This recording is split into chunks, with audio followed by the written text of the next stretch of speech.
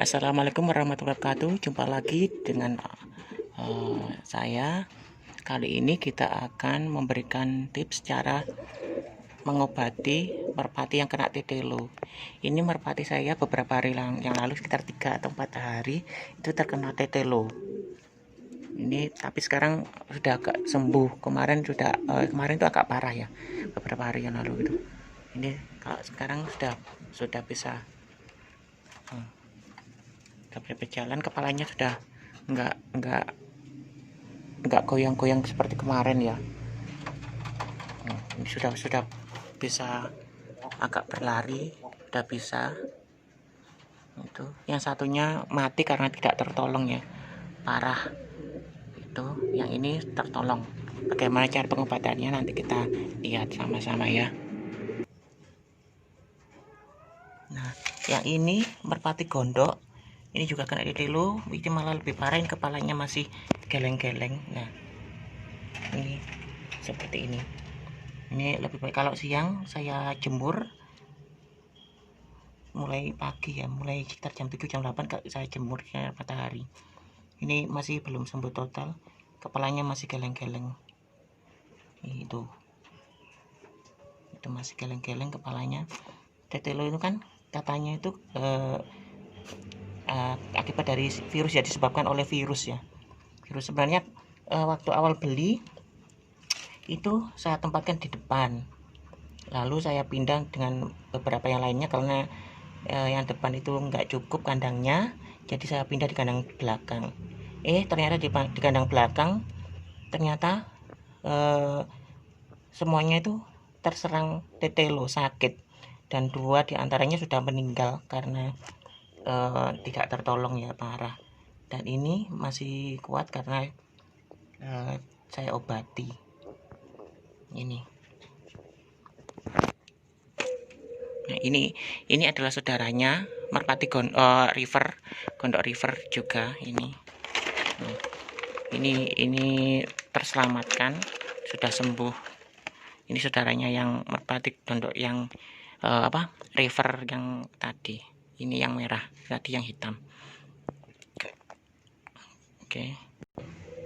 Baiklah, untuk mengetahui bagaimana cara pengobatannya atau mungkin pencegahannya ya, kita akan lanjut. Untuk pencegahannya itu lebih baik kalau kita mengetahui, misalnya kita beli merpati atau ayam, kita tempatkan di satu kandang atau sangkar. Pertama, burung itu tidak apa-apa, sehat selama mungkin satu minggu, 2 minggu, 1 bulan tidak apa-apa. Lalu kita pindahkan burung itu ke tempat sangkar atau kandang yang lain. Tiba-tiba burung atau ayam tersebut terkena penyakit tetelo. Nah, dengan begitu maka kita harus ingat bahwa kandang tadi adalah masih terdapat virus yang bisa menyebabkan ayam atau burung kita terkena penyakit tetelo. Dengan begitu lebih baik kandang tersebut kita singkirkan atau kita musnahkan. Atau mungkin kalau kita bisa mencegah dengan desinfektan, ya silakan. Tapi kalau lebih baik ya, saya belum mencoba ya kalau menggunakan desinfektan, atau mungkin dibersihkan dengan deterjen, mungkin bisa untuk menghilangkan kumannya atau virusnya mungkin ya. Tapi saya belum pernah mencoba. Mungkin suatu saat nanti kali ya kita coba. Nah, untuk itu tadi untuk mencegah burung terkena tetelo. Jadi kalau kita sudah tahu suatu tempat kita atau sangkar kita baik, bagus, ya sudah, nggak usah dipindah lagi. Oke, selanjutnya kita bagaimana pengobatannya. Oke, di sini obatnya itu saya ada 3 jenis. Yang ini adalah super tetra. Super tetra ini adalah antibiotik ya. Bisa digunakan kalau misalnya kita sakit flu, bisa dicampur dengan obat flu, mungkin akan mempercepat kita untuk sembuh dari flu. Yang ini merah ini adalah obat penambah darah untuk manusia juga. Saya gunakan agar darah tingkat hemoglobinnya dari burung kita atau ayam itu meningkat, tidak kekurangan hemoglobin atau sel darah merahnya. Terus yang ini, yang putih ini adalah sulfadiazin. Sulfadiazin ini sebenarnya obat untuk mata. Jadi kalau mata kita sakit, kita bisa juga minum ini. Ini sulfadiazin saya pecah jadi 2. Jadi nanti untuk yang satu kipas AF-nya separuh, dan yang setengahnya ini untuk yang kipas gondok. Setelah begini, selanjutnya kita akan menuangkan minyak kayu putih ke dalam tempat ini ya, agar bercampur. Nah, ini minyak kayu putih kita teteskan. Nah, sudah untuk merendam obat-obatannya ini tadi.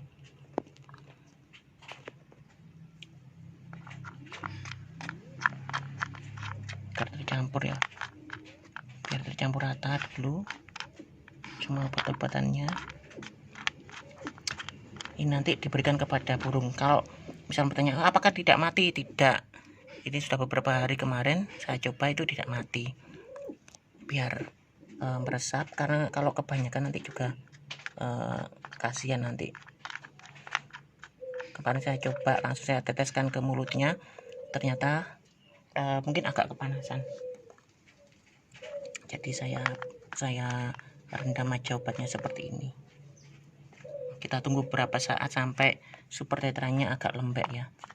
Karena kalau agak lembek nanti tujuannya untuk memudahkan agar ayam atau burung merpati kita lebih mudah untuk menelannya. Oke, kita tunggu dulu beberapa saat. Oh iya, jangan lupa kita menyediakan jagung yang sudah direndam paling tidak selama 1 hari. Tujuannya itu agar jagung itu lunak, agar mudah untuk membantu pencernaan si burung. Kalau masih keras kan kasihan juga nanti pencernaannya, karena kondisinya dalam keadaan sakit. Sama seperti kalau manusia saat sakit kita disuruh makan bubur karena pencernaan kita kan belum kuat. Nah, ini akan lunak. Kalau misalnya jagungnya direndam selama lebih dari 1 hari juga tidak apa-apa. 3 hari atau 4 hari nggak apa-apa, tapi tiap hari airnya harus diganti seperti ini. Nah, ini dicuci dulu seperti ini, lalu airnya nanti dibuang.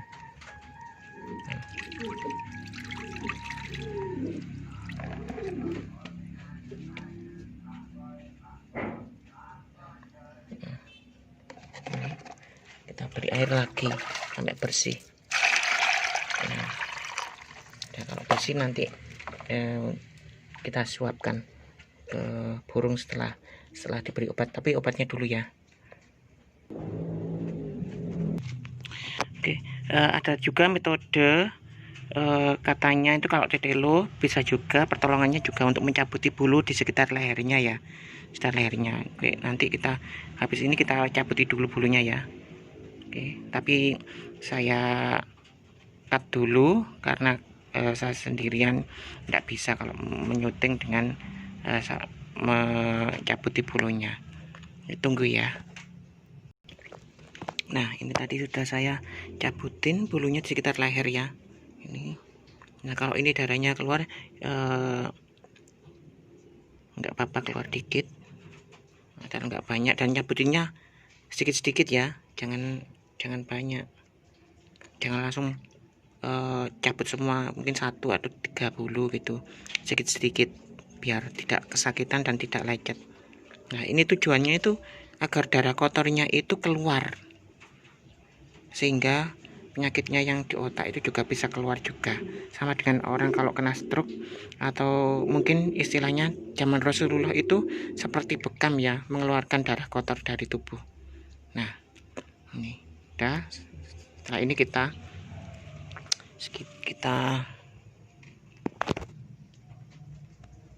berikan ini super tetra dengan sulfadiazin dan obat penambah darahnya. Untuk penyuapannya saya cut. Nah, ini sudah habis sudah saya berikan, saya telankan, udah nggak apa-apa. Dan setelah ini, setelah obatnya baru kita berikan jagungnya. Kenapa kok jagungnya belakangan? Tujuannya agar obatnya itu lebih cepat masuk terlebih dahulu daripada makanannya. Karena kalau misalnya obatnya itu kita berikan terakhir, khawatirnya nanti kadang itu dimuntahkan. Kalau dimuntahkan obatnya nanti kan percuma itu. Nah, lebih baik pakannya itu kita berikan di akhir agar bisa mendorong obatnya yang kita berikan tadi. Jadi obatnya lebih dulu dicerna.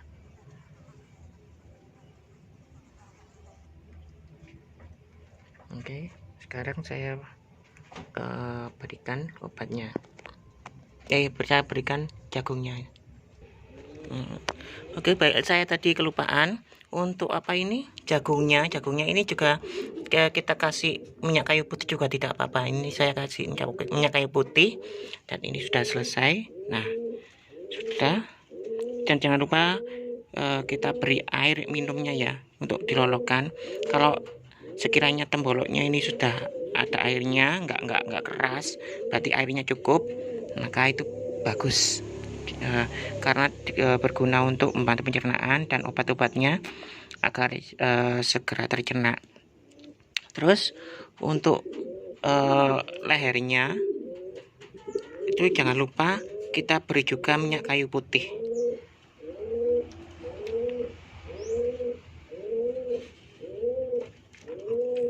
Untuk minyak kayu putih, minyak kayu putih sisa ini kita laburkan ke lehernya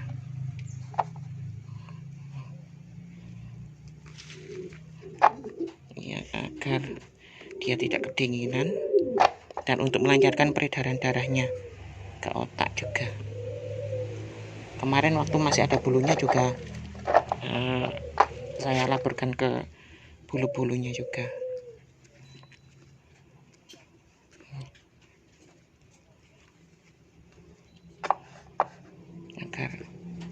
Agar peredaran darahnya lancar dan tidak kedinginan. Ini nanti kalau kita lepas nanti biasanya kelapa-kelapa gitu ya.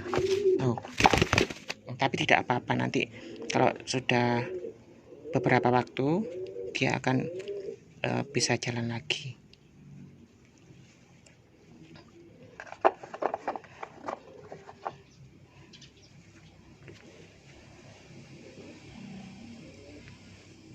Ini minyak kayu putihnya kita labur semua ke leher, bagian leher ya. Oke. Nah, ini kita masukkan ke dalam sangkar ya. Nanti kelapa ya, seperti ini. Tapi tidak usah khawatir karena ini hanya mungkin beberapa jam, sekitar 1 jam atau 2 jam nanti dia akan pulih lagi. Itu seperti ini ya. Ini kalau ini tadi karena kondisi mendung jadi tidak bisa dijemur, tapi kalau misalnya ada terik matahari panas, maka setelah dilakukan pengobatan seperti tadi lebih baik dijemur agar cepat kering ini. Nah, sudah tidak kelapakan lagi. Nah, tujuan minyak kayu putih itu untuk melancarkan peredaran darahnya ya, untuk menghangatkan tubuhnya atau kepalanya, seperti kita kalau masuk angin itu ya. Anak kecil kan biasanya diberi itu juga. Oke, baiklah, sekian dulu. Kita lihat beberapa hari lagi, nanti kalau selesai akan saya upload lagi video berikutnya, apakah dia bisa bertahan atau tidak. Untuk yang kipas AF tidak saya videokan, nanti memerlukan waktu lebih banyak lagi. Oke, terima kasih, semoga bermanfaat. Wassalamualaikum warahmatullahi wabarakatuh. Jangan lupa subscribe ya. Terima kasih.